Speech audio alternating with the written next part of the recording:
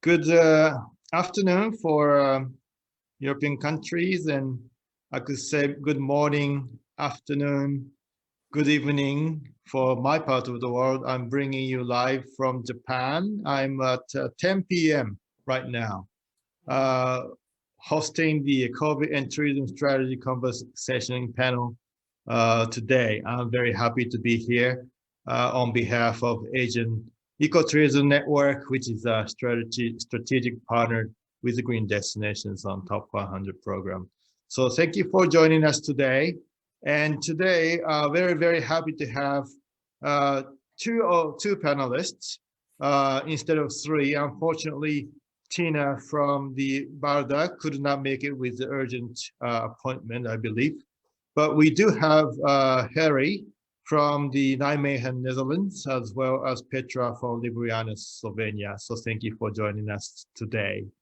I'm very excited that we can really connect this world, and the digital technology has really allowed us to discuss all together on time.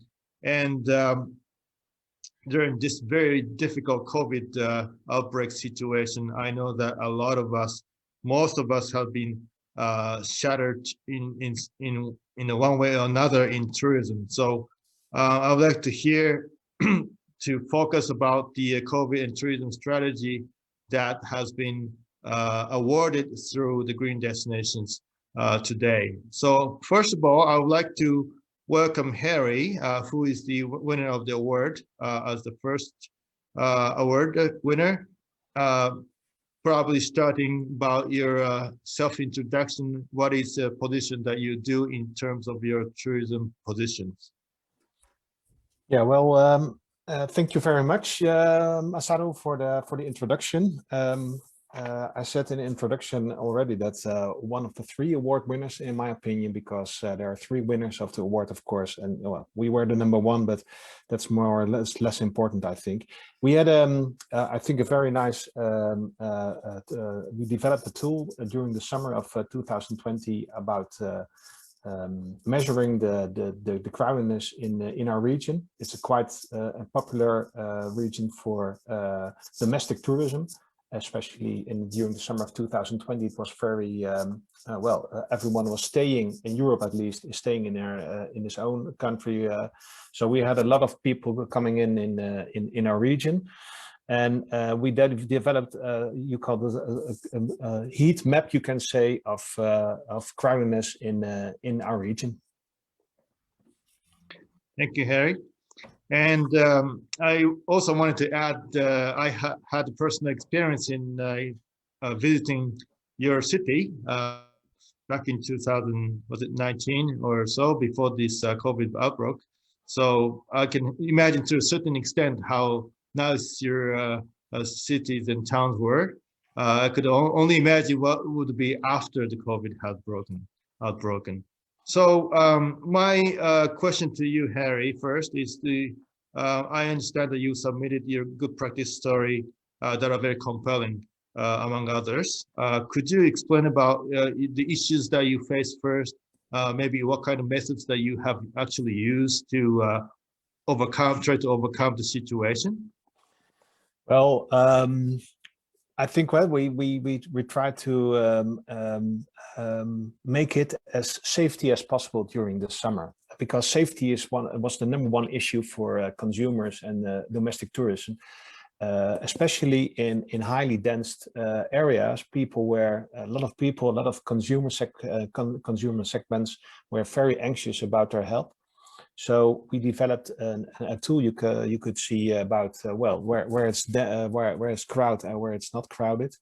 It's, of course, I think in our region, especially in the rest of the Netherlands, we expect a 45% less percentage in spendings during 2020, and I think about the same percentage in 2021. So it's horrifying, the effect on the touristic offering and the different kinds of well, hotels, restaurants, attractions, and so on. So it's well, I'm feeling a bit pity about it, of course, at the least. And I think if you speak to entrepreneurs, you sometimes get well, very sad stories about eating their money in of course in a metaphorical way, but that well, their pension funds emptied their pension fund and so on. It's very sad, very sad.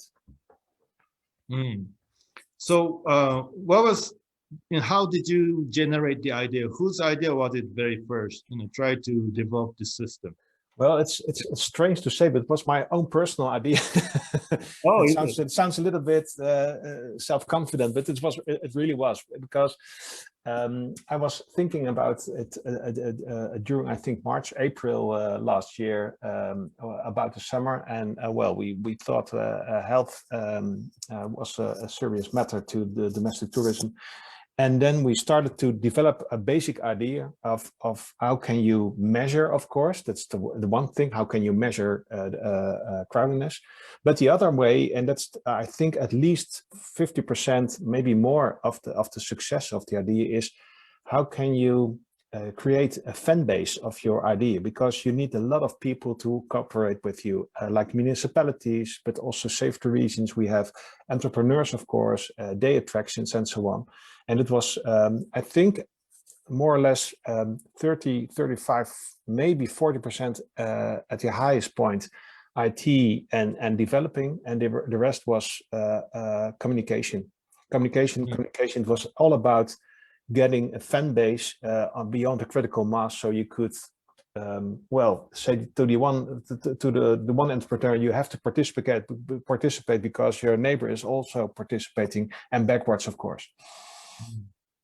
And assuming that a lot of the work had to be done remotely, but you must have known a lot of people in order to have these people engaged to be, responsive to this system. What was the challenging at the very beginning?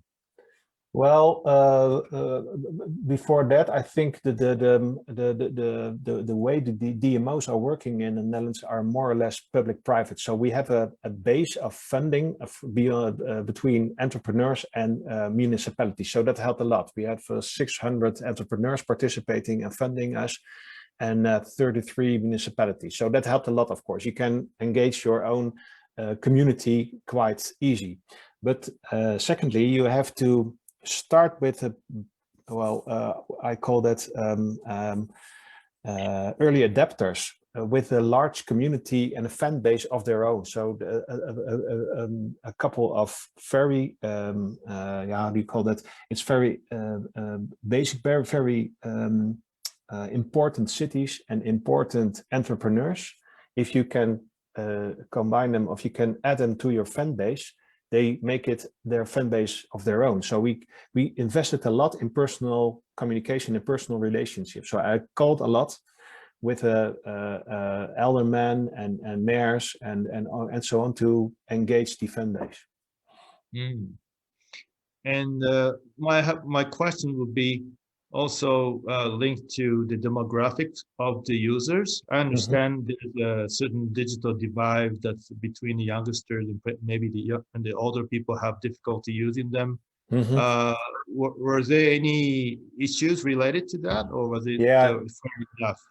I think one of the learnings afterwards is that we were able to place the monitor, the map on different news websites, but afterwards we concluded that the websites we placed the heat map on were quite traditional media. So I think especially the youngsters, so I call the youngsters 18 till 30, I think.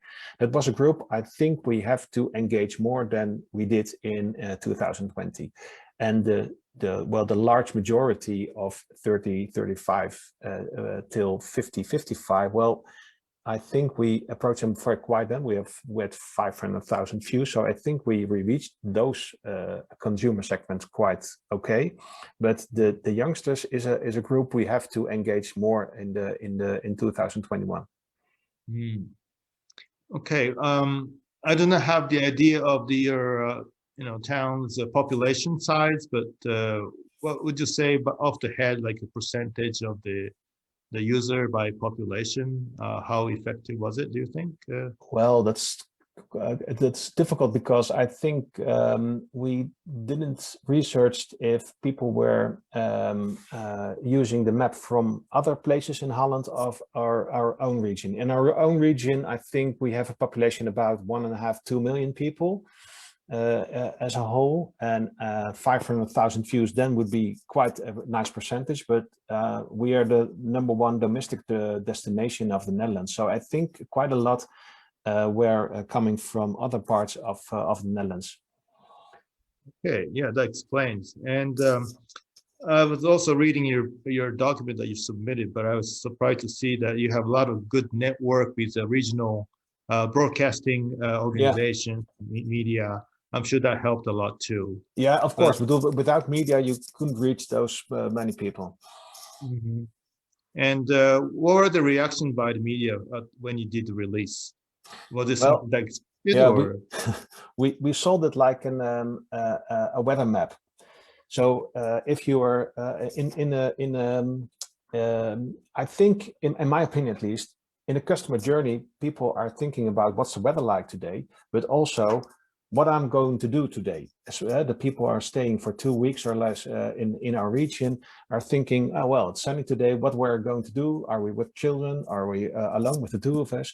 And I presented it like and quite useful and quite simple product to see if it's busy or not. And they said, well, that's quite interesting, you say. So we want to try it.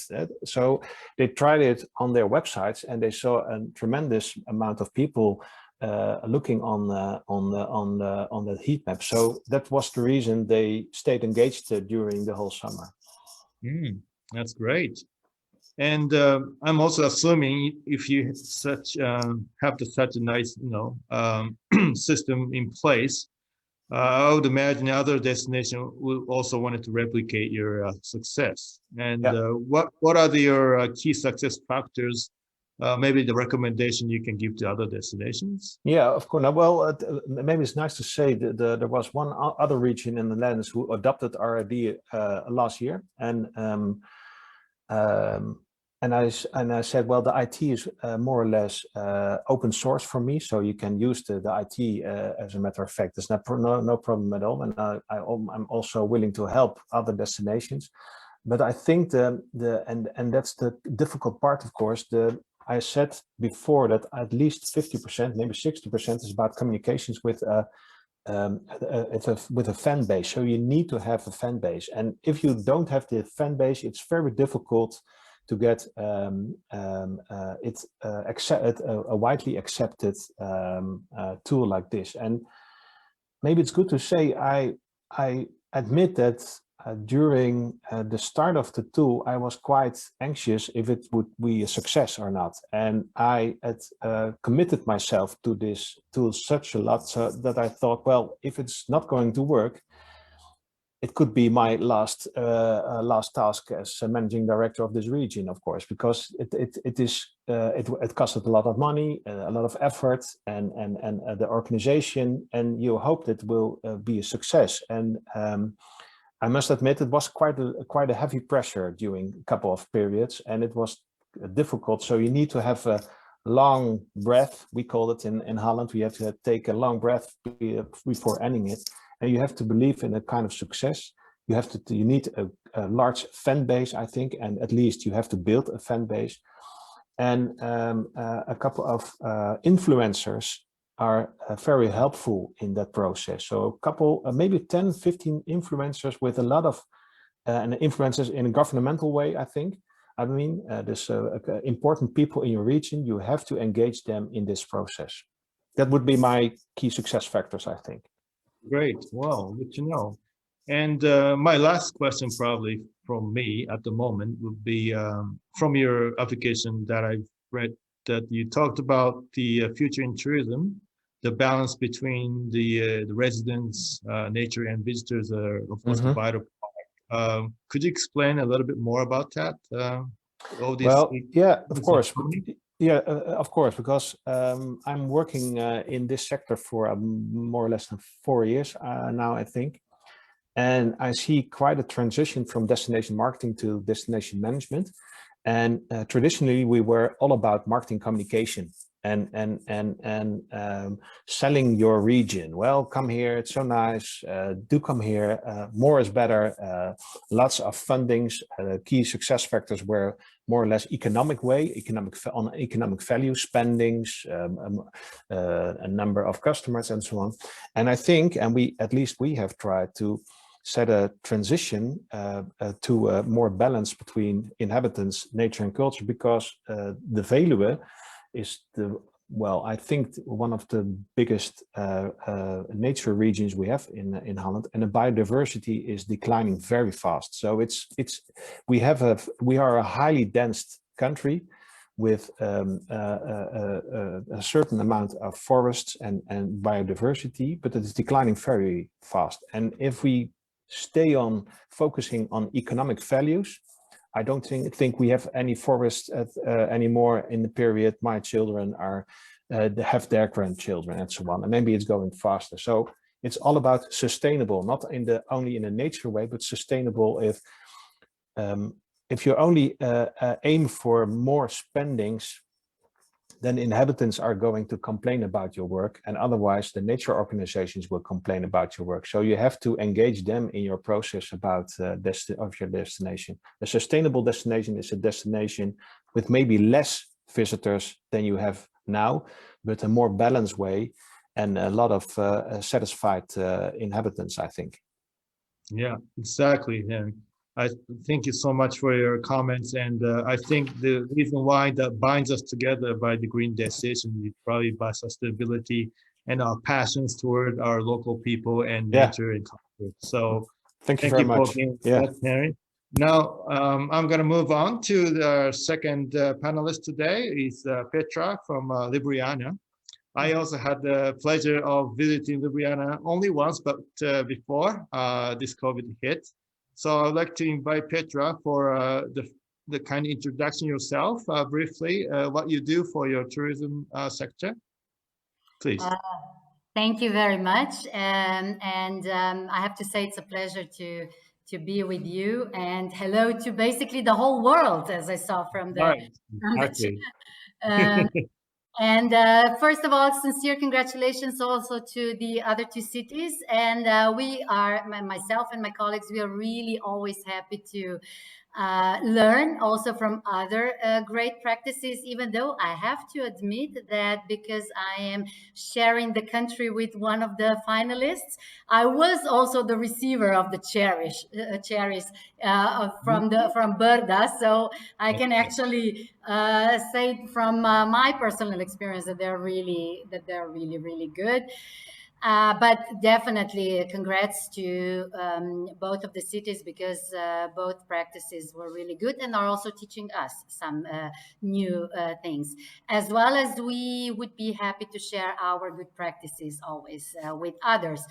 But to go back to your question, I myself am managing the DMO, the organization of the capital city Ljubljana, which lies in the country Slovenia. We are actually an interesting mixture, because we lie between Italy, Austria, Croatia, Hungary, so all different nations like Romanic, Germanic, Hungarians, and then another Slavic country, and that all mixes up in the middle of our country where Ljubljana lies. So that's why also the importance of our culture is of great importance, actually, the culture to us. And this is one of the things that we are not only promoting, but also developing good practices coming out of it. We are basically managing the promotion, but also the development of tourism practices in the capital city, but also in the region around the capital city, which consists of 24 other municipalities. So we're talking about almost half of Slovenia. That's what we do. Wow, it's incredible itself. And as we have been working with even with the top 100 and of course awards, that Slovenia has been the leading country. And a lot of us, including from Asia, I think that you are under the spotlight, I should say. So I got a lot to catch up with you. But today, I would like to have you elaborate on what you have been doing on the against the COVID-19 and the new smart tourism or whatever that you have planned recently. I understand that you already have a very nice outside attractions, which is a emphasis of your tourism strategy and elements, but also you emphasize this time particularly on the culture, as you said. So could you elaborate more about what kind of cultural attractions that you would had and something that new that came out of during this period? Of course. Yes, thank you. Maybe just to touch a little bit basis. We are, I am sharing this panel also with another European Green Capital, and congrats to that as well. So my fellow guys know what that title, what do you need to actually live or do first before you earn that title, which means that we actually not only work or do, but live sustainability in general. And all the titles are basically the consequence on that. And this is also why am I getting to that? Why did I start with that? Because this is also how we take culture. We take it, it's our way of living. We do not do culture, we live it. It's one of the elements that we think is very basic, very prime, and also sustainable. Our job is basically, what we believe is basically to bring the local culture closer to everyone who visits us, either from other parts of Slovenia or of course from abroad. We were, let's say, successfully facing the challenges of how to bring culture to especially foreigners of such a small country as ours is, how to bring them culture, because they wouldn't know us, they would, Slovenia is a country of 2 million people as a whole, not the capital city. The whole country has 2 million people, which means that it is fair to say that most of foreigners would not know the biggest Slovenian poet, the biggest Slovenian writer, the biggest Slovenian painter, and so forth. So even before COVID, we put together an interesting tour to bring the culture to the foreigners in a very, let's say, friendly but also humorous way. Like, for example, the biggest Slovenian artists had mustache, so we called it a mustache tour, and that was a big hit among the foreigners, so they got to know our culture through it. We locals, of course, know our biggest giants, but then you have, because we do live culture, you have so many cultural events that then is a challenge how to bring all that to foreigners, and then sorry, to locals, not to foreigners. How to bring them all the variety, so they would know what to choose for, what the whole variety they have to choose from. And on top of that, then came this COVID situation, basically, when basically everything stopped. The whole variety of cultural things that we were used to visit were gone. We were not even allowed to move between different regions. So just like that, we were stuck at home without our daily dose of culture. So we started to think, okay, let's start focusing first on domestic people, and then, of course, consequently, when the time will be right, also to foreigners. But that's why we started to gather all the good practices that our cultural institutions, whom we already had good relationships prior, how would we help them put their content live, or even not live, maybe from archives on the web, because they were used to they were used to show their great work to live public, but now live public couldn't come, and of course they didn't do it before that during the web. So we basically started to work on this project practically 1 month after we were after the complete lockdown, when we really shook off the first shock after this the lockdown, and when we started to think, okay, we need to do something to let people know that we still have the same perky spirit as we always had. So that's why we started this. That's how we started this project, and it was really successful. Yes, I mean, from just reading your paper and actual, seeing the site, I think it's very exciting to be able to see a lot of things on your fingertips. That's great. And my question would be, coming from your paper again, but also you talked a lot about digitalization. I know there is a huge paradigm shift after the COVID-19 has hit. But also you also mentioned about the tourism drive had changed from outside the country, outside Slovenia, tourists, to more of a microtourism, or should I say Slovenians.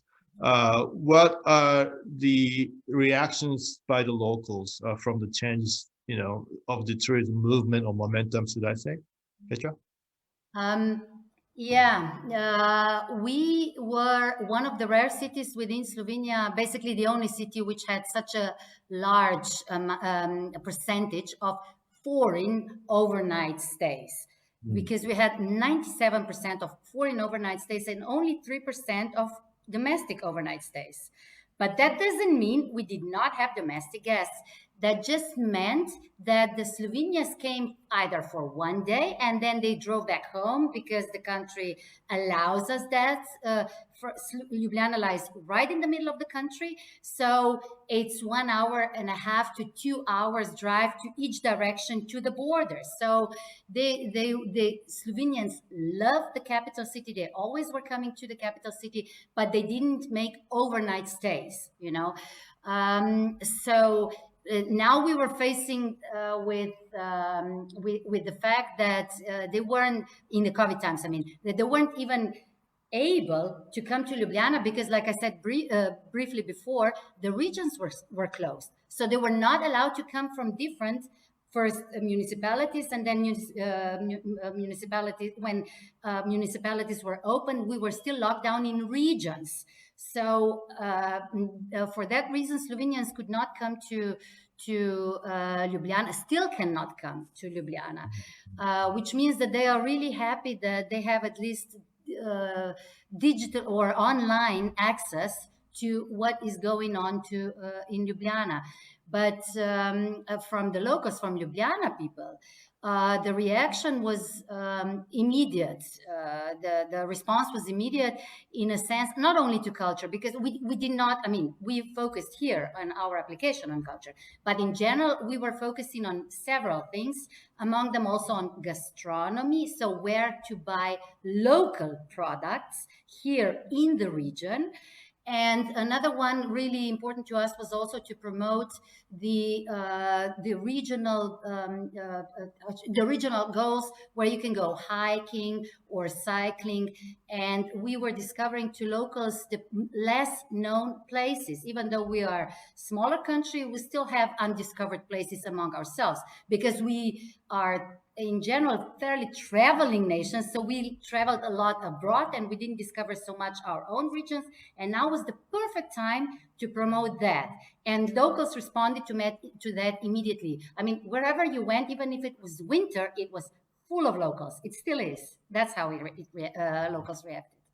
That's great. And I understand that the Slovenians, as far as I can see, is that you very much value your local products, your local employment, locally capitalized industries.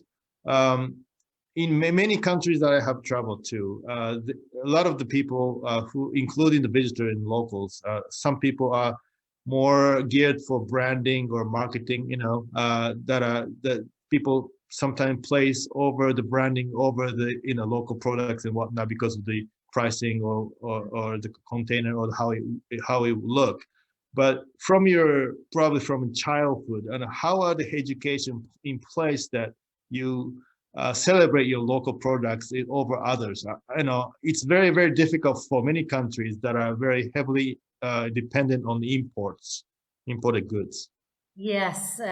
Well, I mean, like in other destinations, of course, in some areas or some fields, we are dependent on the import as well. But we are more and more self-sufficient. But that's more, let's say, agriculture-wise, and we're completely self-sufficient wood-wise. I mean, one third of the country is covered by woods. That's so. This is actually what we learned from childhood on, and basically all of our parents are owning their own little gardens, so we help them as children. Even if we live in the city, I mean, we are the capital city, and we still have the most greenery per square kilometer per inhabitant in Europe. That's how important the green to us is. And on top, we are then adding now the not only the promotion of local production, but also the actual actions. Like for example, we established the platform through which the local farmers could exchange the local production. We as Ljubljana Tourism within municipality did that, could exchange their production with local restaurants, bars, hotels. But then we, with the help of, or in cooperation with municipality, extended that also to kindergartens, to schools. It is really important to us, this healthy way of living. Like I said before, we're not doing this for, I don't know, for any titles, or that we are now learning by doing. It's how we always used to live, and how we still, how we are still used to, even though there are modern times now and different approaches. But this basis, it's within us, it's within our DNA. That's great. That sounds like you're very proud of being there and born there, and just it's part of your lifestyle. Yes. Okay. Maybe that brings me to another question on the COVID. I understand that in the application, correct me if I'm wrong, but the museums, that the online archives are made available free of charge. That's also available to us who can be online. And then before the COVID, was it also the admission to museums were also free, or how does the budgeting go? Who actually helps support that kind of budget? No, before the COVID, of course, the admissions were. Oh, you mean to the archives or the museums in general? The museum, the physical museum admission before the COVID hit. Before the COVID times was business as usual, meaning that museums in general with us have entrances. It's not, let's say, government. Majority of them are not government funded, so they would be open free of charge to everyone. But the prices are very acceptable. The entrance prices are very acceptable, and once per month before the COVID times, and I'm pretty sure we will continue that also further on when the things will go to the normality that we used to know before. Once per month, the museums were open for free to everyone. And then we have, which brings me back to importance of our culture to that, then we have 2 times per year, which is on the birth date and on the date of the death of our biggest poet, whose, by the way, statue stands in the central square in the capital city. So in the central square in the capital city, we have a statue dedicated to a poet and not a warrior. His poem is also our national anthem. So on his birth and death date, all the cultural institutions are open to everyone and free of charge. That's how That's important great. this was. Yeah. Yes. Thank you, Petra. I think we will come back to you, especially you also know about the Baldur's reputation, how they have been dealing with. But I'd like to move on to the third winner, who is not present today, but it's also a same country of Slovenia. Baldur is a smaller constituency for what I understand. But in the application I have read, it's very very nice about how they have been seriously taking care of the cherries and wine and olive oils, which I think that they're primary products. But this year, and since the COVID, I should say, that they think that tourism really reflect the way of life, and that they have to determine to continue the tradition which has been going for probably the last 50 years or so on the cherry festival. And perhaps you could fill us in on how the Baldur has changed. I know that they have gone online and they have helped the local farmers. And I understand that you also have purchased some cherries using their system. Could you tell us a little bit about that? You're asking me? Yes, yes, Petra. Okay. Because you're the only one in the stable, I guess. It's for me. It's a little bit difficult to talk about their model because I wasn't part of it. I was just a happy receiver of the basket full Okay. of cherry. Yeah, exactly. But, Yeah. but I have to say, when of course I read their application because I was curious, and I know also from my personal experience that their cherries are. I mean, this product is really famous among Slovenians, and we even have here in Slovenia a how do you call it? Cycling marathon, which is called a cherry marathon, and it goes from Ljubljana to Brda. I even myself cycled it several times, and it ends up in a time when the cherries are let's say are ready to be eaten. So Yeah. you basically end up there in their you basically end up there, and you can then of course either pick your own cherries or buy them, or just be a part of the whole the whole happening there. And this is a big movement throughout the Brda region, basically every year. And last year this stopped, so again, Yeah. of course, cherries were ready to be picked, but nobody could, like I said, the regions were closed, so only locals could buy them, but locals could not buy all of them because they're obviously they are much more production is much wider. So that was my understanding why they started this, when they gathered together the locals, and why they started this product. And they were really successful because locals also from other parts of Slovenia started to buy these cherries, so they were able to export it That's right. throughout whole Slovenia. And without this product, they probably wouldn't be able to sell them as much, and a lot of cherries would go to waste. So I'm really happy for the colleagues that they Mhm. came up with this idea. Yes, yes. Thank you, Petra, for filling us in. What I understand from reading their story is that they have had, of course, as you said, they have their production is same as usual. However, the consumption part has fallen drastically, and that was a basic problem. So they are trying to harvest, but they didn't know what to do with it, and they're expected to have exceeding of 600 tons of cherry, which is a huge amount of cherry, as you can imagine.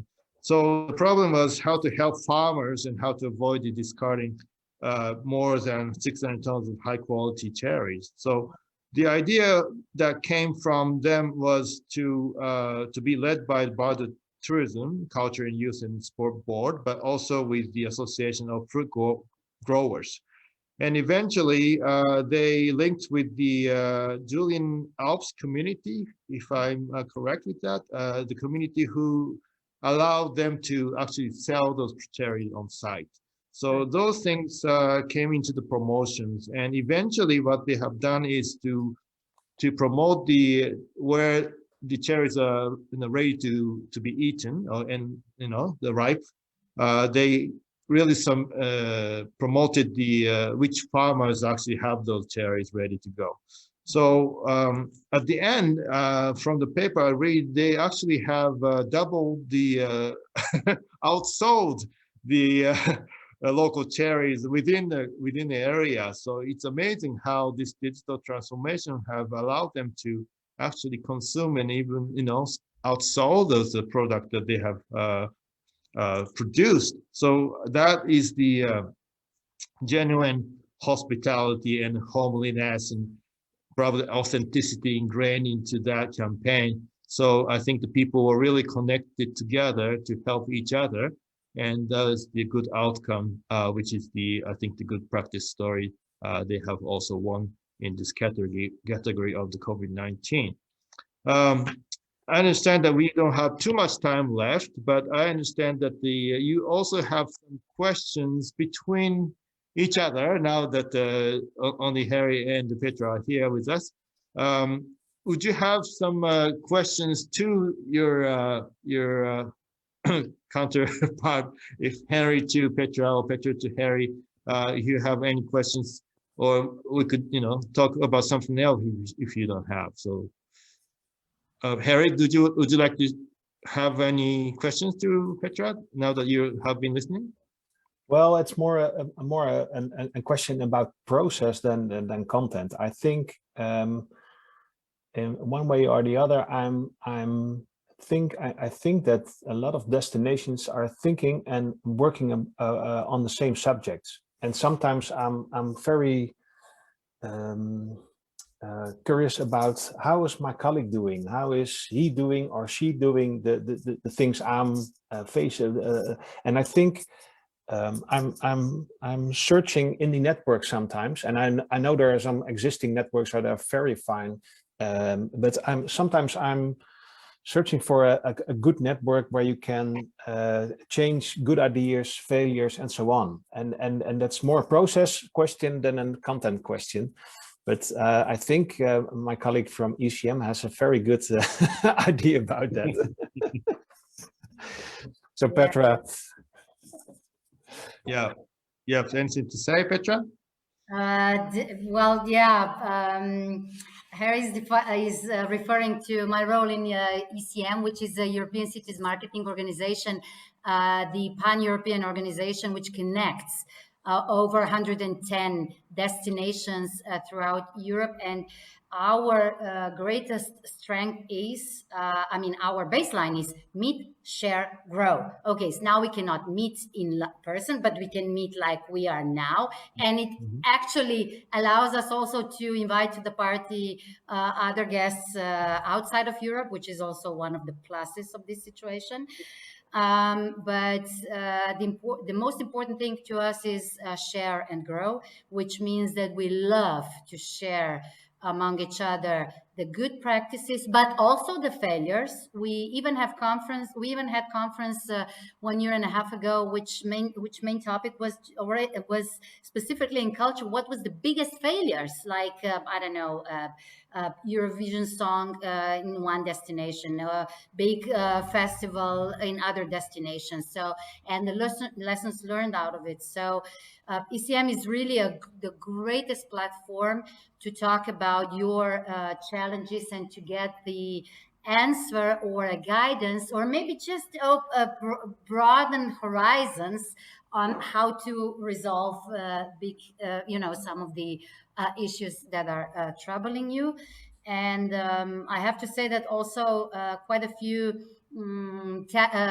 themes that green destinations are tackling are also the sustainability in general are also our regular theme. We even have a knowledge group to where we exchange all this information among each other, and where people actually can either meet one-on-one or are smaller groups where you can really talk among each other and exchange the practices and ideas. So I have to say that I'm really happy, not that I only live here where I do live, in Ljubljana, Slovenia, but that we are placed in Europe where we have such a diverse culture among ourselves and are really open to each other to exchange information. So Harry, now that we actually finally also met, even though only virtually, you know, give me a call whenever you want. Thank you very much.